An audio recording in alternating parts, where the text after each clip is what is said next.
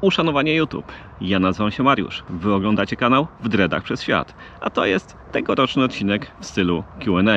Zapraszam na intro. Jak możesz biec tak szybko z tymi dreadami? Szybkość. Pytania do tego odcinka mogliście zadawać poprzez mój kanał YouTube, który właśnie oglądacie, poprzez mojego Facebooka, czy poprzez mojego Instagrama, na które oczywiście zapraszam. I to tyle było słowem wstępu, a ja zapraszam na pierwsze pytanie i odpowiedź do niego oczywiście. Skąd motywacja i pomysł na górskie biegi ultra? Czy wiążesz z tym jakieś większe plany? Czy uważasz, że się do tego nadajesz? Jeśli chodzi o biegi ultra, górskie biegi ultra, no to pomysł jakoś tak naturalnie narodził się po pokonaniu iluś tam już maratonów. To myślę, że każdy z biegaczy w pewnym momencie swojej biegowej kariery dąży do czegoś więcej niż zrobili do tej pory. I dla mnie czymś takim było ultra, był ten bieg na 100 km, który dwukrotnie mi nie poszedł i w tym roku, i w zeszłym. Raczej nie wiążę z tym jakichś nie wiadomo jakich planów. Traktuję je jako taką ciekawostkę, że po prostu od czasu do czasu może sobie w jakimś ultra wystartuję. A jeśli chodzi o ostatnią część pytania, no to jak pokazały właśnie te dwa nieudane starty, to mi się wydaje, że ja do tych ultra raczej się nie nadaję. A to dlatego, no mi się wydaje, że ja mam taką w większości mentalność wyciągniętą z biegów asfaltowych, że no ja bym chciał po prostu cały bieg biec albo jakoś chociaż mocno iść, a też w biegach ultra już na tych dalszych kilometrach to w pewnym momencie dla mnie staje się swojego rodzaju taką męką. No ja nie chcę czegoś takiego raczej odczuwać podczas biegania. Dla mnie bieganie ma sprawiać przyjemność i w tym momencie, w którym przestaje mi tą przyjemność sprawiać, no to już raczej w to nie brnę i dlatego w najbliższym czasie raczej już w ultra nie będę startował. Na pewno kiedyś jeszcze wystartuję w ultra, bo nie wierzę, że nie, ale na ten moment skupiam się na biegach również górskich de facto, które się odbywają maksymalnie do dystansu maratonu, czyli 42 km.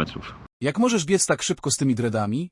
To pytanie oczywiście musiało paść i ja, proszę Państwa, ja Wam powiem paradoksalnie, to dieta.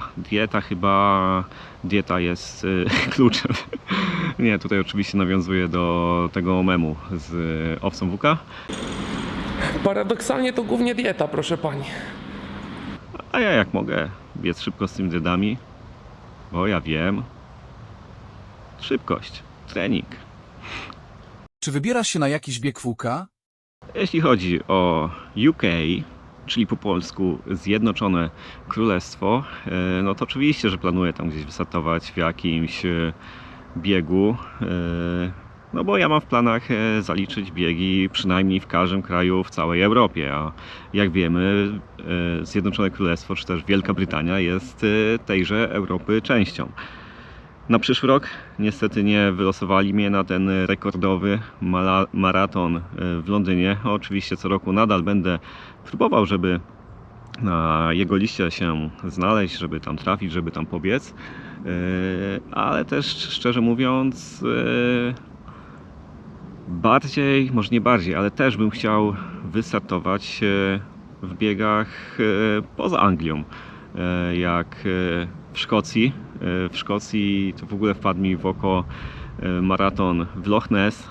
Ja totalnie nie mam pojęcia, jaka tam jest trasa, ile tam jest ludzi. Po prostu no, chciałbym to jezioro odwiedzić, bo to byłby jeden z tych biegów, na które jadę nie dlatego, ile tam jest ludzi, nie dlatego, jaki to jest bieg prestiżowy, a dlatego, że po prostu odbywa się w fajnym miejscu, które chciałbym zobaczyć, a też no, jakby zamysłem założenia tego kanału było to, żeby jeździć w fajne miejsca i tam biegać maratony.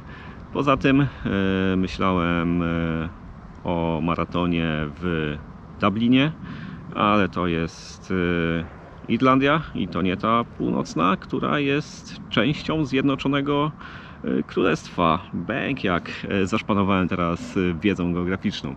Ale tak, w tamtą stronę Europy, no to na tę chwilę rozważałem te 3 maratony. No i miejmy nadzieję, że w najbliższej przyszłości któryś z nich mi się uda pobiec, a może nawet i wszystkie 3. Czy używasz pasa HRM? Nie używam pasa HRM, czyli pasa do tętna. Jedyny pas, jaki używam podczas biegania, no to jest ten, na którym mam przypięty numer startowy. Czy są jakieś akcesoria do biegania, które polecasz? No i podobnie jak z pasem, to jeśli chodzi o akcesoria biegowe, no to ja staram się być w tej kwestii absolutnym minimalistą. Tak naprawdę jeśli chodzi o biegi uliczne, to no mam wspomniany chwilę wcześniej pas na numer startowy, mam zegarek oczywiście do pomiaru czasu, tempa, tętna i tak dalej. Tych wszystkich podstawowych czynników i tak naprawdę to mi w większości wystarcza, bo odkąd zacząłem trenować, no to bieganie było najpierw dodatkiem do innych sportów, a potem stało się jakby tym głównym sportem, który uprawiam, a to, co w nimi się podobało, to jest to, że bieganie jest proste, że tam tak naprawdę nie potrzebuje się zbyt wiele poza jakimś strojem, butami, no i pasem na numer, jeśli się startuje w zawodach, nie? I zegarkiem. Także, chociaż też ten zegarek nie jest do końca potrzebny, można sobie przecież albo biegać w ogóle bez pomiaru tempa, tętna i tak dalej, albo można biegać sobie z telefonem, który przecież każdy ma i tam można sobie ściągnąć aplikację. Ale jeśli chodzi o jakieś akcesoria, no tak szczerze to nie przychodzi mi nic do głowy, co mógłbym Wam polecić z jakichś czy typowych, czy nietypowych akcesoriów, bo no, stawiam na minimalizm. Poza tą 2, 3, co ja jeszcze może używam, jak w górach biegam, to używam plecaka, żeby tam właśnie mieć picie. I to tyle, naprawdę totalne podstawy, nic nadzwyczajnego nie używam żadnych nadzwyczajnych akcesoriów biegowych. Używasz grzebienia czy szczotki do włosów? A tutaj Was zaskoczę, bo nie używam ani grzebienia, ani szczotki i to jest fajne w dreadach, bo dready wystarczy rano spiąć i nie trzeba nic z tym robić, dlatego zdecydowałem sobie, nie wiem jak to się nazywa, skręcić, zapleść, to znaczy ktoś mi to zaplatał, te dready, bo wcześniej miałem długie włosy bez dreadów i to trzeba było codziennie rozczesywać i wtedy używałem grzebienia. Ale teraz nie używam ani szczotki, ani grzebienia, po prostu wstaję rano, no i je spinam. To mniej więcej zajmuje tyle samo czasu jak ogarnianie krótkich włosów, jeśli nawet nie szybciej, bo w krótkie przecież czasem trzeba było jakąś, nie wiem, gumę sobie wetrzeć, czy jakiś żel, czy cokolwiek, a dready po prostu się spina. Jest fajnie i można biec tak szybko z tymi dreadami. Jakie buty polecasz do przebiegnięcia półmaratonu? Jeśli chodzi o buty, no to ja raczej ekspertem od obuwia nie jestem. Tak naprawdę od wielu lat biegam w Asicsach, w różnych modelach Asicsów. I jeśli ktoś to ogląda właśnie z Asica, no to mogła być Wasza reklama, ale nie jest. Ale chcecie, żeby była, to się odezwijcie. Czy Instagram, Facebook, wcześniej wspomniany, czy mail. Ale wracając do meritum, ja bardzo długo biegałem w Asics Gel Pulse, czyli w takich dość budżetowych butach, które jednak mają amortyzację pozwalającą na pokonanie półmaratonu czy też maratonu. I też w tych Asicsach mam życiówkę na dystansie półmaratonu z Bytomia z 2021 i też w tym roku w Pradze również biegłem w tych Asicsach. Oczywiście to były jakieś tam inne modele, wcześniej miałem 13, teraz miałem 17, ale one jakoś moim zdaniem bardzo się nie różnią. I wybiegałem w obu przypadkach godzinę 36, tylko tam to się różniło sekundami i moim zdaniem to jest jak najbardziej odpowiedni but, jeśli chodzi o półmaraton. Jeśli nie chce się kręcić jakichś nie wiadomo jakichś czasów, czy jeśli jest się na początku swojej przygody z bieganiem, czy nawet jak jest się średnio zaawansowanym biegaczem, a po prostu widzi się jeszcze jakiś tam, znaczy inaczej, widzi się jakiś zapas, który można wytrenować w sobie. Ostatnio jeśli chodzi o maraton, to zacząłem biegać w Nova Blastach, ASICS Nova Blast 5. No i tam, szczerze powiedziawszy, że oczywiście jest to but chyba jakoś 2 razy droższy od tego Gel Pulsa, ale tam no troszkę czuć, że ten but oddaje. No i pomaga na pewno w ostatnich kilometrach maratonu. Czy na półmaratonie jest tak samo? Tak szczerze mówiąc, ja ze swoim wytrenowaniem, jak biegłem maraton w nich, no to nie czułem aż tak taką dużą różnicę. Poczułem dopiero na ostatnich kilometrach maratonu. Do połówki jakby biegło mi się podobnie, nie czułem, że mi dużo pomagały.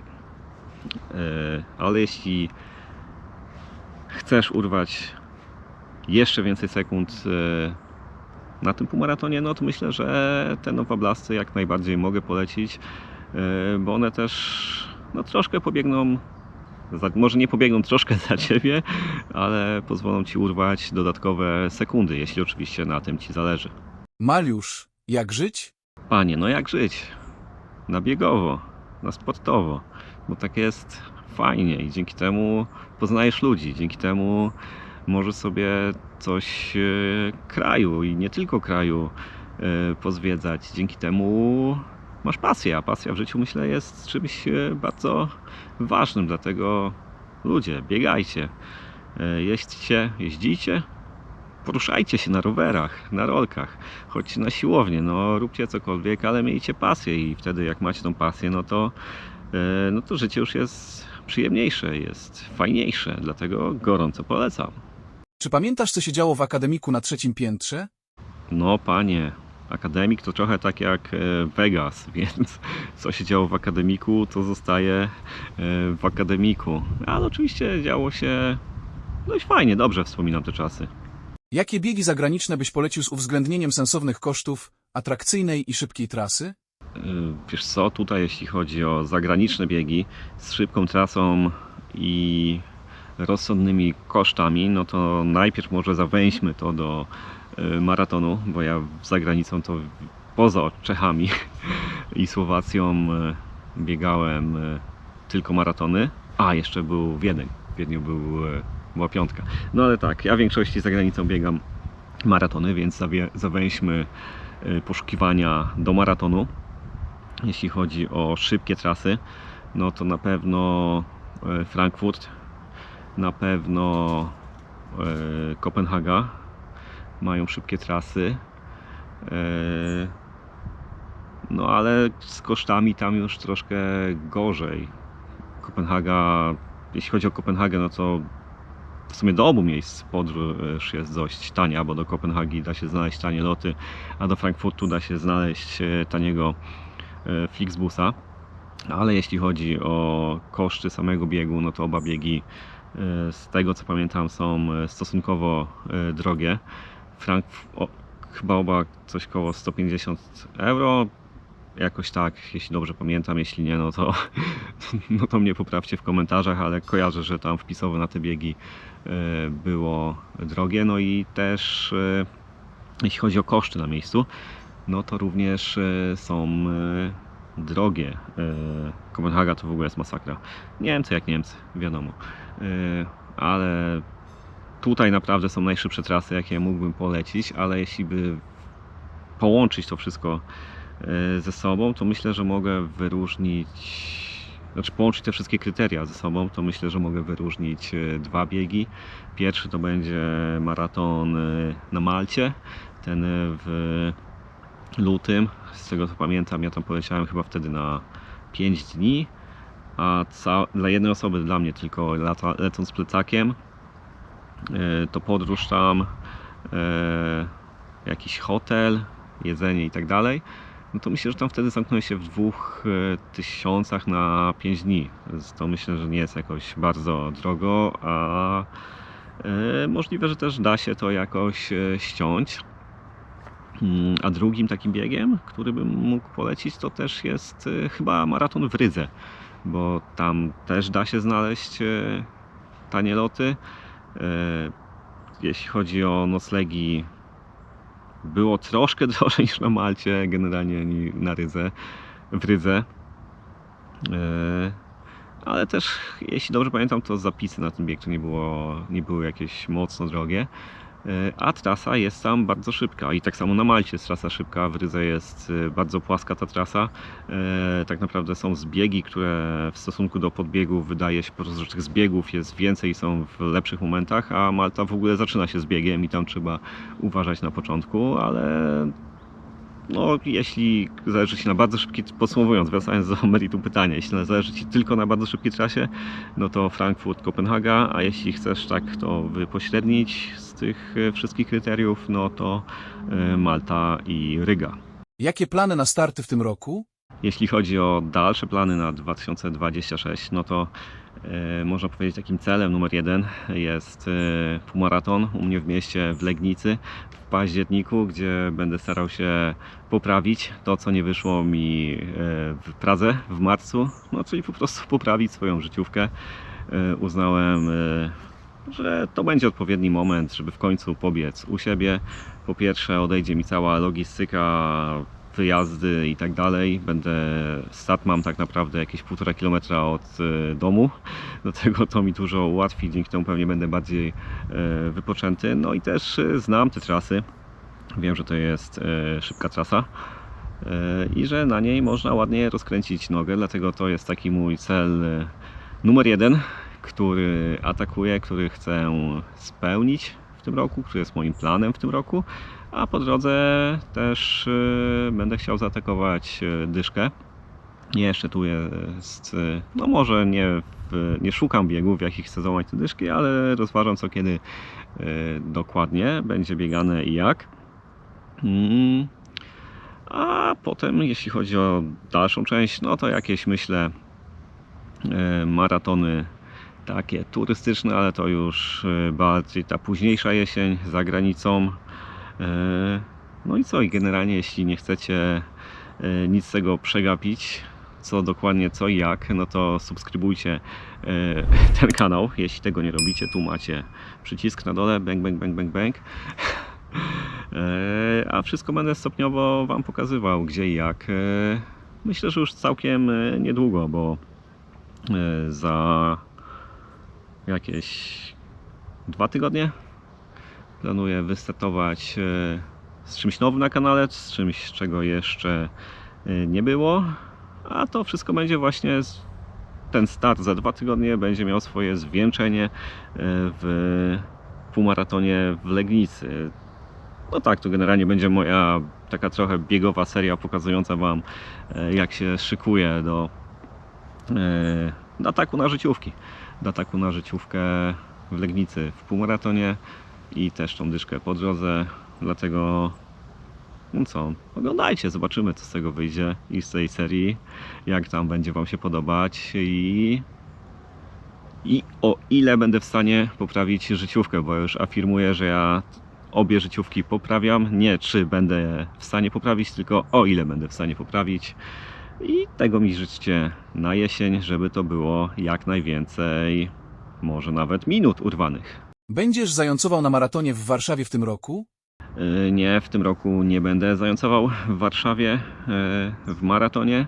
No i też troszkę nawiązując do tego pytania, które było przed tym pytaniem, no to na jesień w ogóle będę zającował chyba tylko raz, bo to też są te starty, które ograniczam, żeby skupić się na życiówkach, żeby troszkę skupić się na sobie w drugiej części tego roku.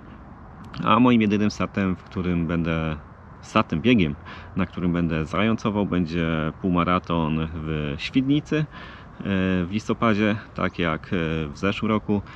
Tam będę prowadził 2 godziny i 15 minut, czyli czas dla tych bardziej dokładnych biegaczy. No nie wykluczam też, że może wpadną jakieś biegi lokalne, na których będę zającem.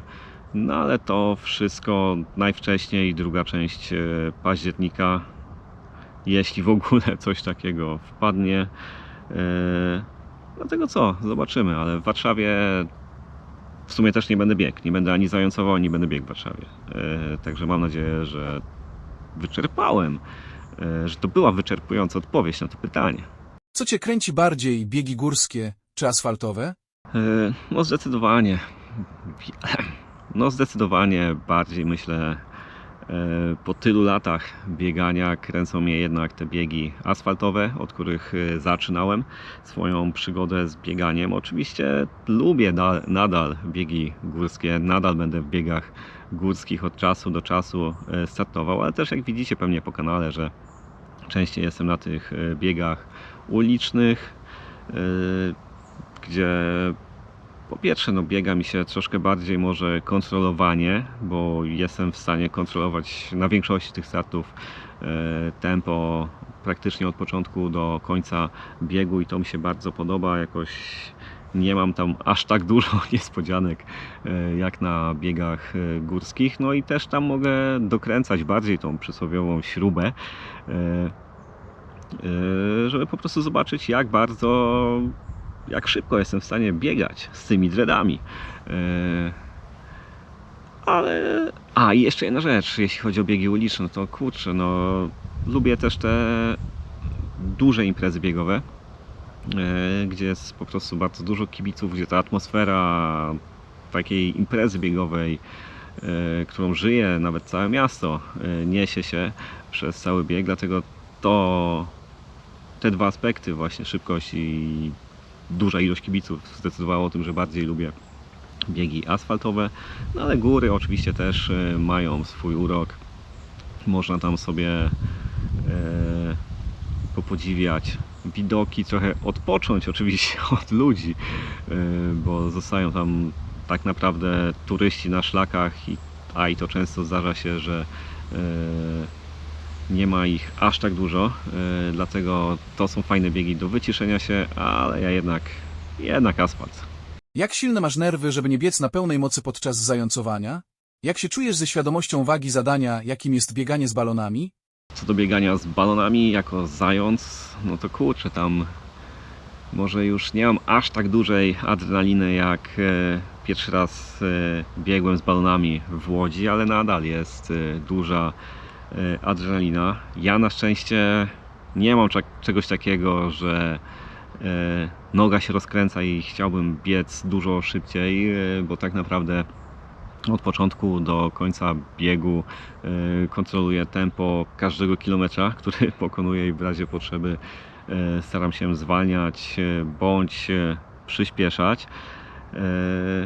Ale no trzeba mieć troszkę tam nerwów, troszkę takich stalowych nerwów, które trzeba trzymać na wodzy, bo często się zdarza, jak biegnie się grupą, to każdy w grupie sprawdza swoje tempo na zegarku i zdarza się, że mam dookoła siebie 10 osób i co chwilę ktoś pyta, czemu biegniemy takim tempem, a nie takim, bo mi zegarek pokazuje tak, a nie tak i to jest zupełnie naturalne, też tak robiłem kiedyś, że skupiałem się na tym chwilowym tempie, które pokazuje zegarek biegnąc na jakiś czas, ale teraz, że biegam głównie po pierwsze na tym przewidywanym czasie na kilometr, a po drugie, że też patrzę, jak wygląda sytuacja na znacznikach na trasie, bo często kilometr na zegarku nie wybija w tym samym momencie co kilometr na znaczniku, przez to tempo na zegarku może się wydawać szybsze. I wracając do meritum pytania, bo chyba tak troszkę za bardzo odpłynąłem, to jako zając zupełnie nie mam problemu z powstrzymywaniem się od biegania szybszym tempem niż powinienem, czy też wolniejszym tempem niż powinienem. Cały czas staram się to kontrolować i póki co chyba dobrze mi to wychodzi. W jakiej branży pracujesz? Pod kątem trenowania i znajomości języków? Ja pracuję w branży logistyczno-zakupowej, czyli generalnie robię zakupy materiałów, które później są wykorzystywane do produkcji. A że pracuję często z osobami, które po polsku nie mówią, no to praktycznie codziennie używam języka angielskiego, co mi jest bardzo przydatne, co jest dla mnie bardzo przydatne podczas czy to podróży zagranicznych, czy podczas prowadzenia tego kanału, bo mogę sobie ćwiczyć język angielski na bieżąco, czy też go jakby szlifować, używać i tak dalej.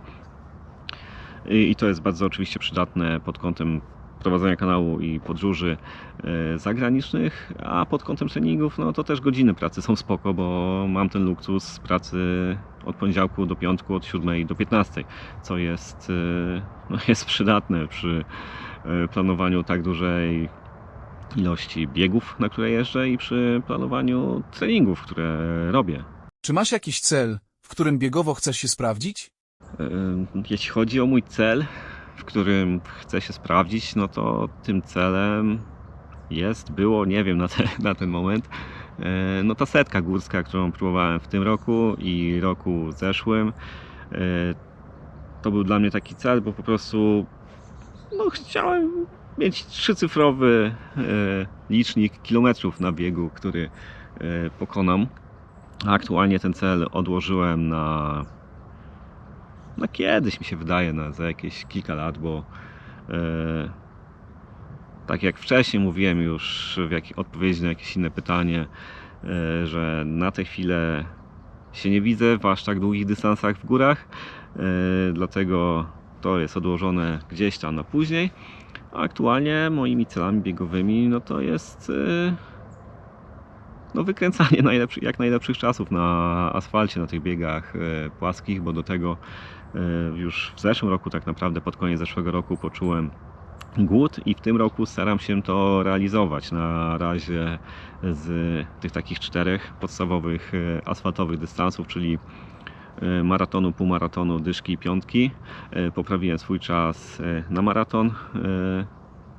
Na jesień będzie próba na półmaraton i dyszkę, a piątka kiedyś, bo ja, jako że jestem biegaczem raczej długodystansowym, no to nie mam kiedy się przygotować do piątki tak naprawdę, bo cały czas się raczej szykuję do tych długich dystansów, ale może kiedyś mi się uda.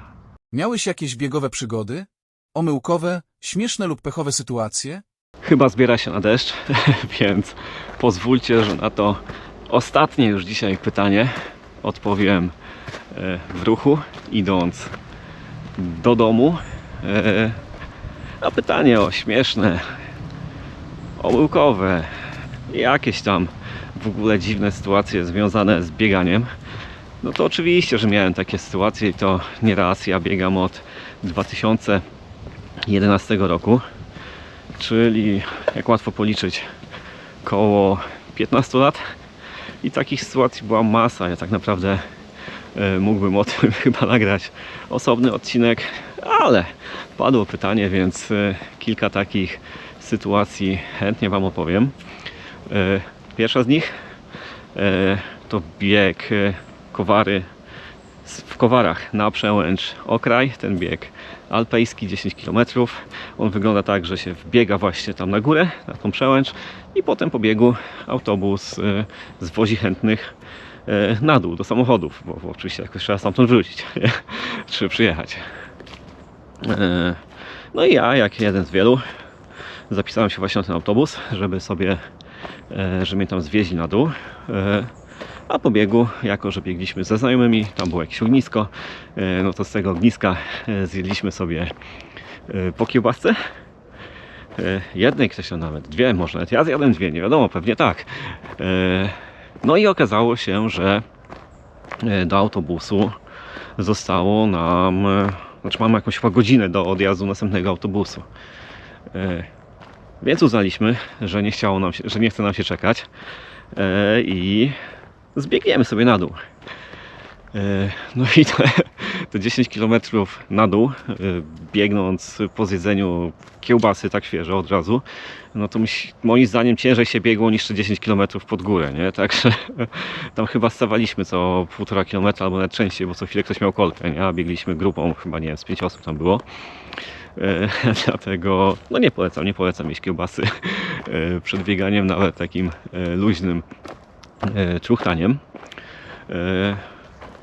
Jeśli chodzi o inną sytuację, no to mogliście to też na przykład zobaczyć na kanale w rok temu, 1,5 roku temu, jak byłem w Dubaju na maratonie, to moje chyba niedopatrzenie było głównym powodyrem takiej sytuacji, że pojechałem sobie, czy chciałem pojechać sobie na start miejskim autobusem i wstałem tam, nie wiem, chyba 3. czy 4 rano, bo start maratonu był o 6, czy tam o 3:07 jakoś tak, a ten maraton był jakieś poza miastem był, nie? I był tam chyba z 20 km trzeba było sobie dojechać, więc ja poszedłem na ten autobus miejski, jadę tym autobusem, ale tak patrzę, kurczę, nie ma żadnych biegaczy ze mną. No mówię, dziwne, bo zazwyczaj jak się jeździ na maratony, no to przecież w końcu jacyś tam biegacze się dosiadają, ale patrzę na którymś tam już przystanku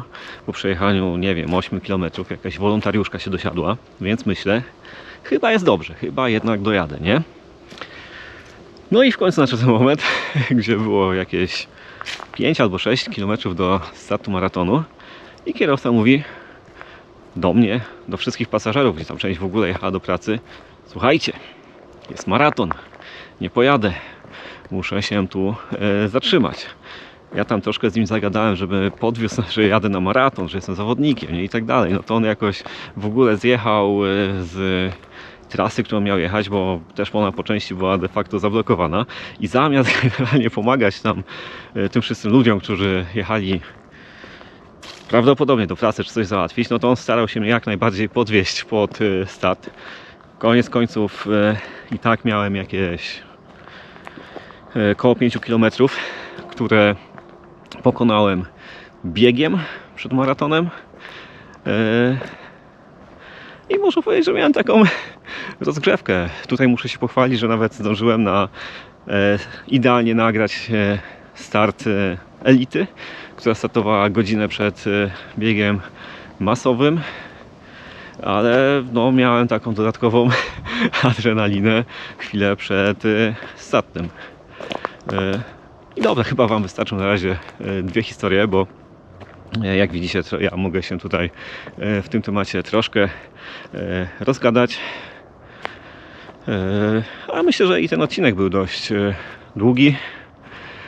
Dlatego wszystkim, którzy dotrwali do końca odcinka, bardzo dziękuję za oglądanie tego odcinka, jak i moich wszystkich, może nie wszystkich, ale wielu poprzednich odcinków. Jesteście cudowni, wspaniali, to dzięki Wam ten kanał się rozwija. Dzięki Wam na tym kanale wypuszczam treści regularnie.